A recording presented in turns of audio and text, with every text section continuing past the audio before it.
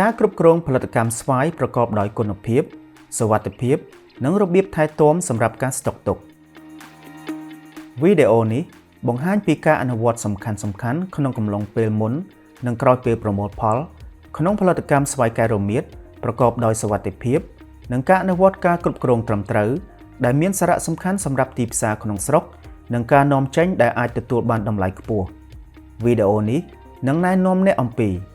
1. តើ Global Gap គឺជាអ្វី 2. កំណត់សម្គាល់អំពីហានិភ័យនៃការចម្លងមេរោគក្នុងផលិតកម្មស្វាយស្រស់ 3. ការអនុវត្តអនាម័យខ្លួនប្រាណ 4. សុវត្ថិភាពនិងសុខភាពនៃអ្នកធ្វើការក្នុងចម្ការ 5. ការគ្រប់គ្រងកាកសំណល់ 6. វិធីសាស្ត្រប្រមូលផលនិងស្តុកទុកត្រឹមត្រូវជាដំបូងយើងត្រូវស្គាល់ពាក្យ Global GAP Global GAP គឺជាស្តង់ដារដែលទទួលស្គាល់ជាសកលសម្រាប់ការអនុវត្តកសិកម្មល្អស្តង់ដារនេះផ្ដោតលើសុវត្ថិភាពចំណីអាហារដែលបូកបញ្ចូលទាំងសុខភាពនិងសុវត្ថិភាពរបស់កសិករឬកម្មករដែលធ្វើការក្នុងកសិដ្ឋានសុខភាពសត្វនិងការការពារបរិស្ថានហានិភ័យដែលកើតមាននៅក្នុងសុវត្ថិភាពចំណីអាហារជាធម្មតា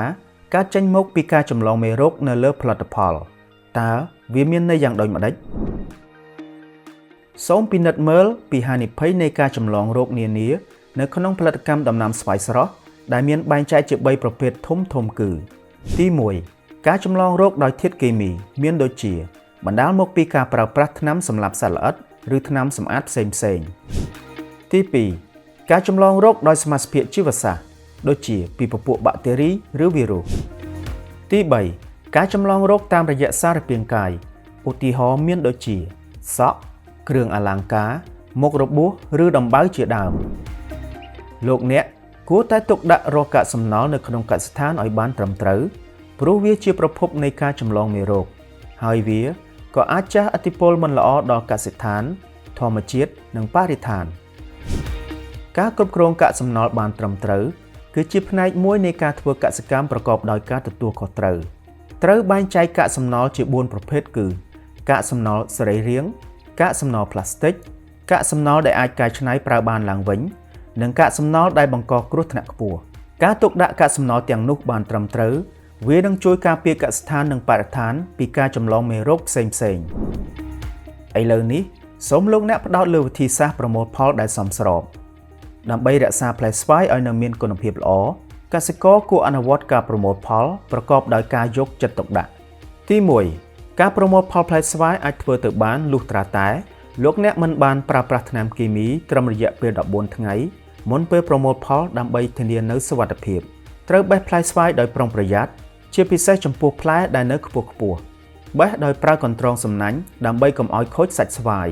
ប្រមូលផ្លែស្វាយដែលបានបេះរួចដាក់ក្នុងកន្ត្រកស្អាតដែលមានបរិមាណផ្ទុកចំនួន40គីឡូក្រាមប្រសិនបើលោកអ្នកចង់លក់ផ្លែស្រស់លោកអ្នកគួរតែប្រើប្រាស់សម្ភារៈវេចខ្ចប់ណាដែលទន់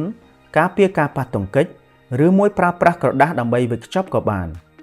រាល់ការវេចខ្ចប់ត្រូវអនុលោមតាមតម្រូវការរបស់អ្នកបញ្ជាទិញហើយត្រូវមានស្លាកសម្គាល់ឈ្មោះអ្នកដាំនិងព័ត៌មានលម្អិតអំពីទីតាំងចម្ការរួមជាមួយនឹងការបរិច្ឆេទប្រមូលផលចំពោះផ្លែស្វាយដែលបានរៀបចំរួចត្រូវរក្សាទុកក្នុងម្លប់មិនប៉ះពាល់ពន្លឺព្រះអាទិត្យដោយផ្ទាល់បន្ទាប់មកដឹកជញ្ជូនតាមរថយន្តដែលមានគម្របស្អាតដើម្បីការពារពីកម្ដៅថ្ងៃនិងធូលីដើម្បីទទួលបានគុណភាពខ្ពស់និងសុវត្ថិភាពក្នុងផលិតកម្មស្វាយដែលស្របតាមស្តង់ដារទីផ្សារសូមចងចាំនិងអនុវត្តនូវគោលការណ៍សំខាន់ៗទាំងនេះទី1ការយល់ដឹងពីការអនុវត្តកសិកម្មល្អកម្រិតសកលឬ Global GAP ទី2កំណត់សម្គាល់ហានិភ័យនៃការចម្លងរោគទី3ការអនុវត្តអនាម័យខ្លួនប្រាណទី4សុវត្ថិភាពនិងសុខភាពនៃអ្នកធ្វើការក្នុងចម្ការទី5ការគ្រប់គ្រងកាកសំណល់ទី6វិធីសាស្ត្រប្រមូលផលនិងស្តុកទុកត្រឹមត្រូវរួមគ្នាដើម្បីជីវភាពកសិករកាន់តែប្រសើរ